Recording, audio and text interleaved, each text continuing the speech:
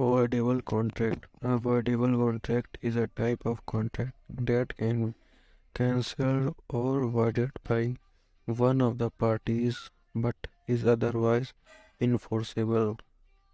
This means that while the contract is considered valid, one of the parties has the option to choose whether or not to enforce it.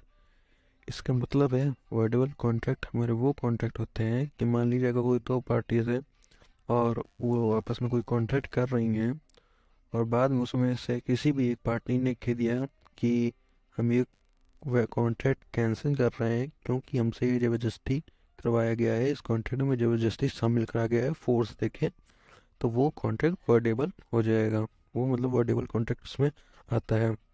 तो ये party choose कर सकती है कि उसे force करा के कराया गया है कि नहीं। ठीक, ये लिखा गया है इस पॉइंट में। ठीक, आगे देखते हैं क्या है हमारा second point. There are several reason why a contract may be considered voidable. ये हमारे नीचे कई सारे रीज़न दे रखे हैं पॉइंट्स कि हमारा एक कॉन्ट्रैक्ट वर्डेबल कब कब हो सकता है। इसमें से हमारा सबसे पहला पॉइंट है मिस रिप्रेजेंटेशन। आप सब मिस रिप्रेजेंटेशन का मतलब तो जानते ही होंगे। मिस रिप्रेजेंटेशन का मतलब कोई भी चीज़ ऐसी जो गलत तरीके से प्रेजेंट करी गई हो। तो क्या लिखा है मिस रिप्रेजेंटेशन में? If one of the parties make a false statement मतलब or misrepresent a material fact during the formation of contract, the contract may be considered voidable। मतलब दोनों में से अगर कोई भी एक पार्टी उस कॉन्ट्रैक्ट में कुछ भी गलत स्टेटमेंट दिखती है और कुछ भी मिस रिप्रेजेंटेशन मतलब कौन जैसा असलियत में उसका बिजनेस इस टाइप का है, वो उस चीज़ को छुपा के उसी को छुपाती है और कॉन्ट्रैक्ट में कुछ और लिखती है और सामने वाले को उस कॉन्ट्रैक्ट में ऐड कर लेती है, उसे गलत मतलब मिस कंसेप्शन बता के मतलब गलत गलत बातें दिखा के जो कि असलियत में नहीं है और वो उसमें आ जाता है उस कॉन्ट्रैक्ट में, तो वो फॉर्मेशन वर्डेबल और कॉन्ट्रैक्ट हो जाएगा, को हम लोग मिस रिप्रेजेंटेशन कहते हैं। दूसरा ड्रेसेस, ये भी एक पॉइंट है। ये देखिए इसमें क्या लिखा है। If one of the parties was forced और threatened into entering into the contract में बी कंसिडर्ड वर्डेबल। देखो वही इसमें लिखा है कि अगर किसी भी पार्टी को दोनों में किसी पार्टी को अगर फोर्स करके उस कॉन्ट्रैक्ट में इंटर कराने की कोशिश करते हैं तो वो कॉन्ट्रैक्ट वर्डेबल कॉन्ट्रैक्ट होगा। ठीक, आगे क्या है undue influence. If one of the party used their position of power or influence over the other party to enter the contract may be considered voidable। मतलब आपको समझ में आ गया होगा। मतलब कोई भी ऐसा इंसान जिस पोजीशन ऑफ पावर बहुत ज़्यादा मतलब उसका पावर बहुत ज़्यादा है और अपने पावर का गलत इस्तेमाल करता है, सामने वाले को फोर्स करता है कि उस कॉन्ट्रैक्ट में इंटर हो, तो कॉन्ट्रैक्ट वर्डेबल कॉन्ट्रैक्ट हो जाएगा।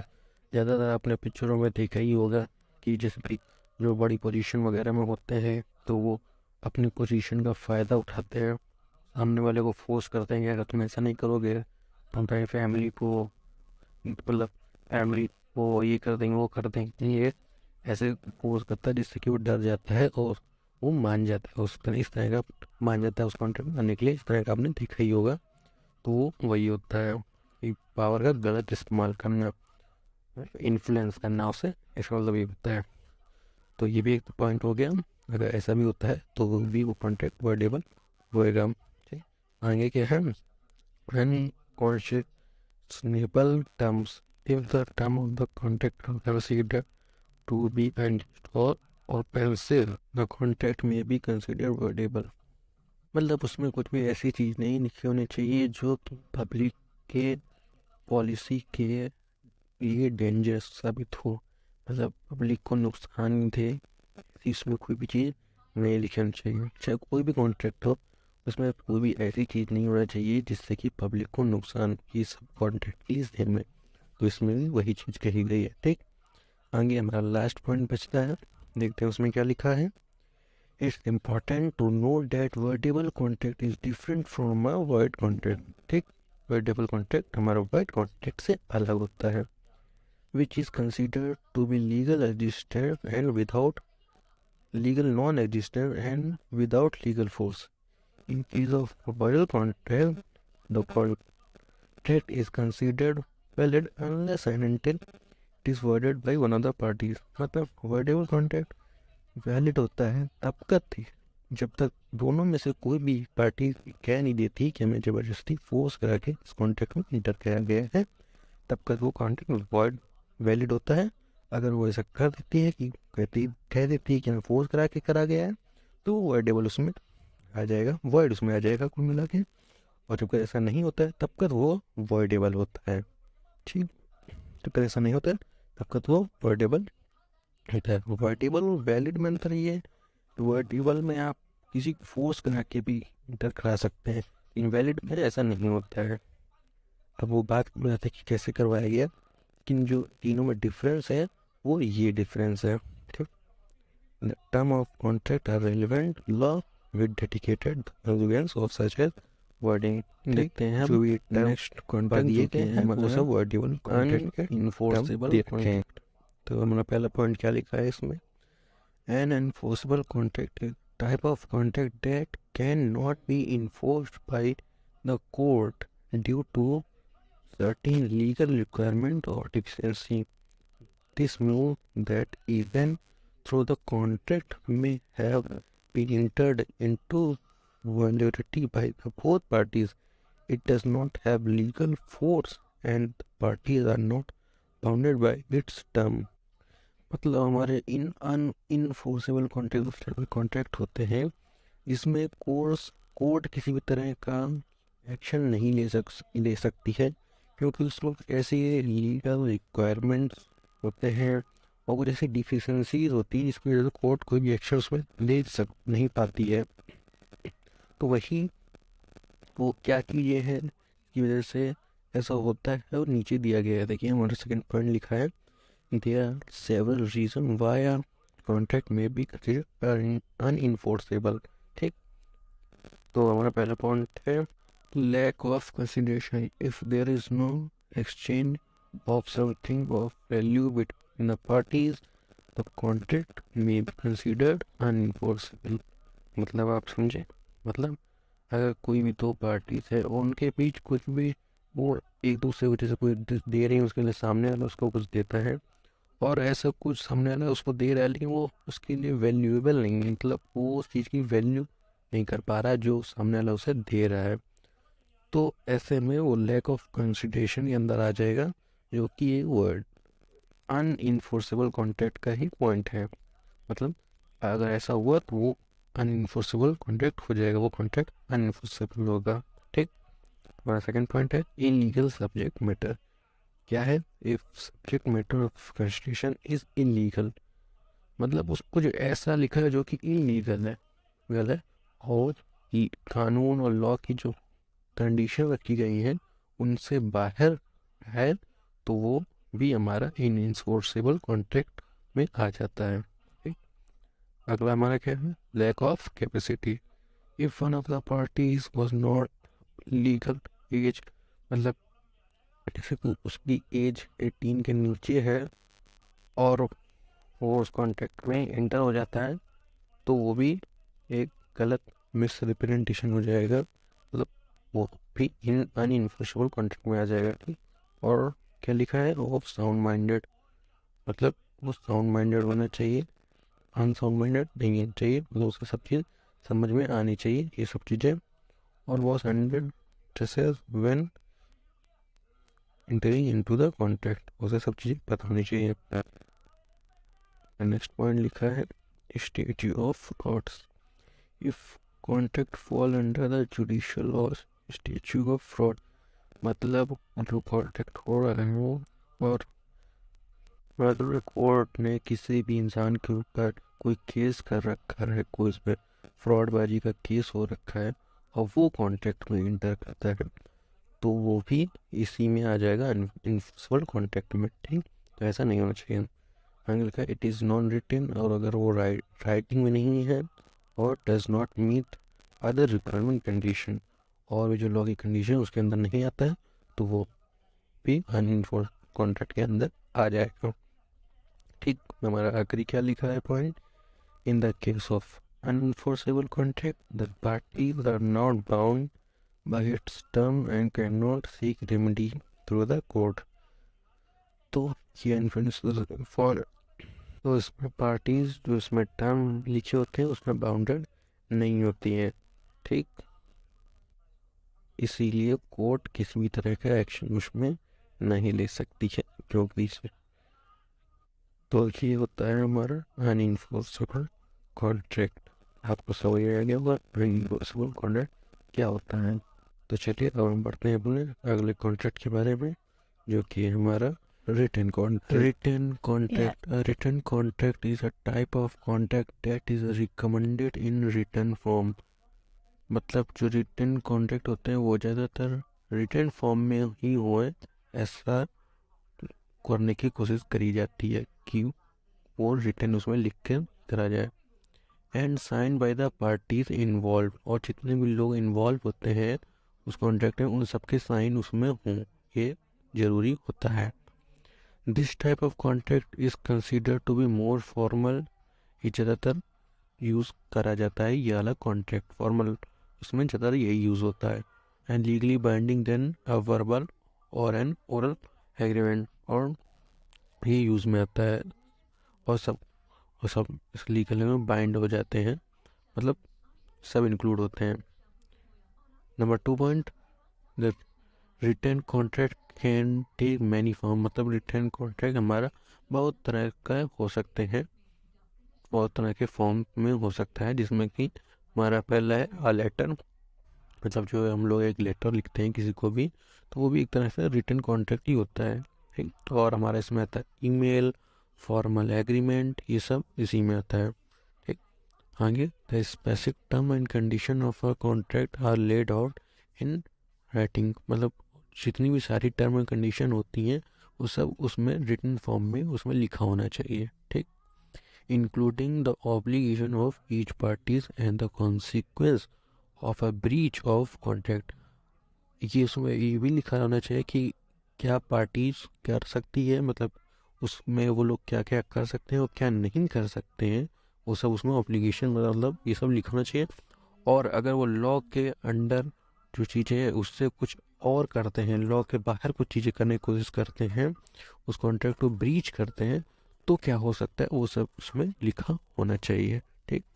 उसके बाद हमारा थर्ड पॉइंट क्या है, the use of written contract is recommended in situation where a clear understanding of term and the condition important, मतलब ज़्यादातर इसका तब यूज़ किया जाता है जब हमें एक एक चीज़ क्लियर टर्म में सामने वाले को बतानी हो, लिखित फॉर्म में, मतलब रिटन फॉर्म में सामने वाले को बताना जब हो, तब रिटन कॉन्ट्रैक्ट हमें यूज़ करना होता है, जिससे कि सामने वाला एक एक चीज़ समझ सके, ठीक, कि वो क्या करने वाले हैं आगे बिजनेस में और क्या ऐसा वो नहीं कर सकते हैं जिससे कि वो बाद में प्रॉब्लम में आए, ठीक।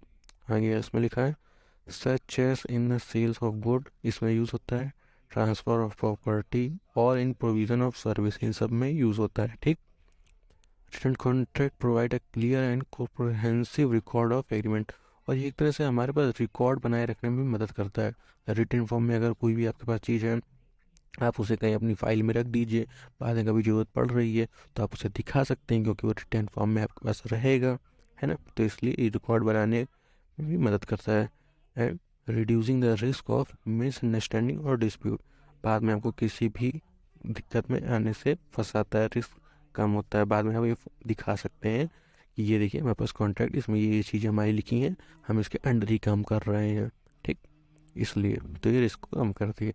आखिरी पॉइंट क्या लिखा है हमारा, it is also worth nothing that is some legal jurisdiction. Certain type of contract are required by law to be in writing, such as contract that fall under the jurisdiction of statute of frauds. These contracts may include contract of sales of good over a certain value, contract for a transfer of a real property, and the contract that can not be found within a year.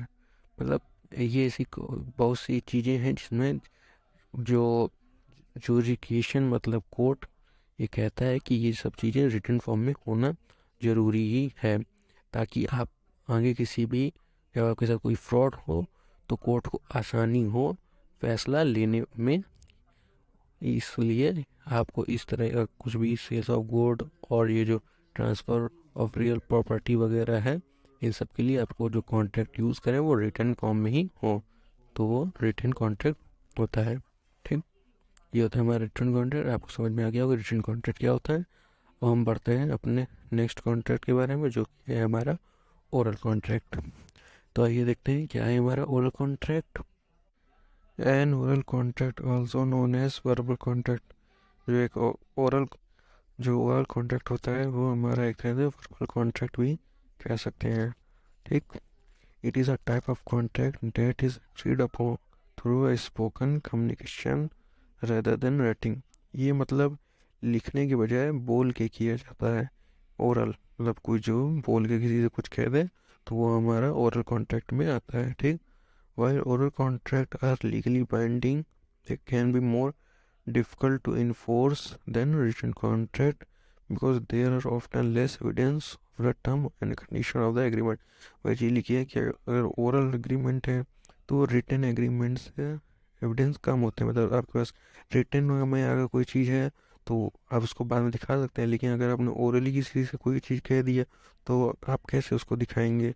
In case हो सकता है आपके पास recording वगैरह ऐसा कुछ हो, लेकिन ऐसा ज़रूरी नहीं कि हर वक्त जब भी आप किसी से कोई प्रॉमिस कर रहे हैं कि आप ये करेंगे तो आप उसको चीज़ की रिकॉर्डिंग कर रहे हो, तो ऐसा हर वक्त ज़रूरी नहीं है। इसलिए ये उससे थोड़ा सा डिफ़िकल्ट होता है, इसमें लीगल प्रोसेस थोड़ा सा डिफ़िकल्ट हो जाता है करने में। ठीक, ये अगर हमारा सेकंड पॉइंट क्या है, oral contract can be use in variety of situation. मतलब कई तरह की सिचुएशन में हमारा ओरल कॉन्ट्रैक्ट यूज़ होता है। वो क्या क्या है, such as sales of good, transfer of property or provision of service. मतलब प्रॉपर्टी वगैरह में कोई कोई सर्विस दे रहा है या गुड्स वगैरह आप कोई चीज़ बेच वगैरह रहे हैं तो उन सब में यूज़ होता है। ठीक, however it is important to keep in mind, जबकि हमें ये दिमाग में रखना चाहिए, that the term and condition of oral contract can be more difficult to prove to dispute arise। मतलब अगर बाद में कोई भी दिक्कत खड़ी होती है तो ओरल कॉन्ट्रैक्ट थोड़ा मुश्किल हो जाएगा लीगल एक्शन लेने के समय, क्योंकि उसके एविडेंस कम होंगे। तो ठीक तरह से हम लोग लीगल एक्शन नहीं ले पाएंगे क्या सही है और क्या गलत है। ठीक, थर्ड पॉइंट हमारा क्या है, in some legal judication certain type of contract may be required by law to be in writing। अब कुछ तरह के कॉन्ट्रैक्ट जो लॉ कह रहा है कि रिटन फॉर्म में होना ही चाहिए, such as contract that fall under the judication, जिससे कि आप फ्रॉड से बच सकें। दीज कॉन्ट्रैक्ट में इंक्लूड सेल्स ऑफ गुड, वही लिखा है sales of good over a certain value. Over a certain value मतलब एक वैल्यू के बाद, जैसे कोई भी हाई वैल्यू है लाइक लाखों में या करोड़ों में कोई आप गुड्स का ट्रांसफ़र किसी को बेच वगैरह रहे हैं तो उस वो चीज़ ऐसे रिटन फॉर्म में ही होना चाहिए, तब रिटन कॉन्ट्रैक्ट इस्तेमाल किया जाता है।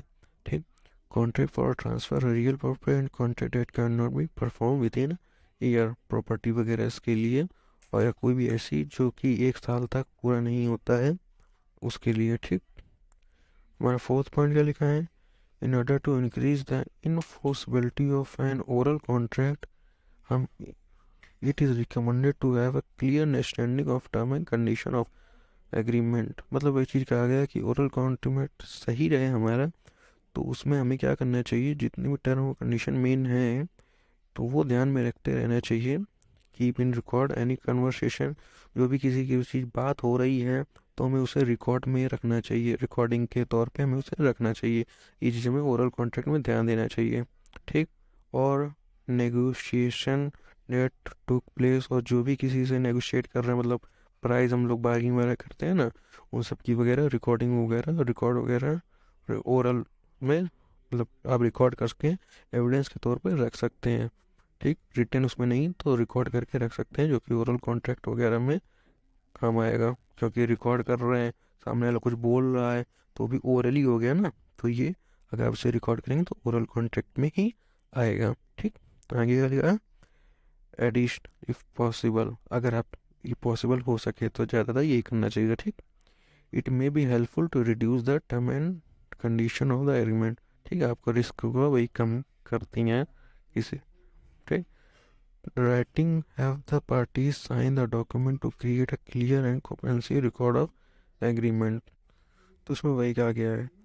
और कुछ मेन जो एग्रीमेंट वगैरह है उसमें कोशिश करना चाहिए कि वो रिटर्न फॉर्म में हो आपके, तो सामने वाले के आप साइन करा लें। बाकी ओवरऑल कॉन्ट्रैक्ट क्या है वो आपको समझ में आ गया होगा, काफ़ी सरल था ओवरऑल।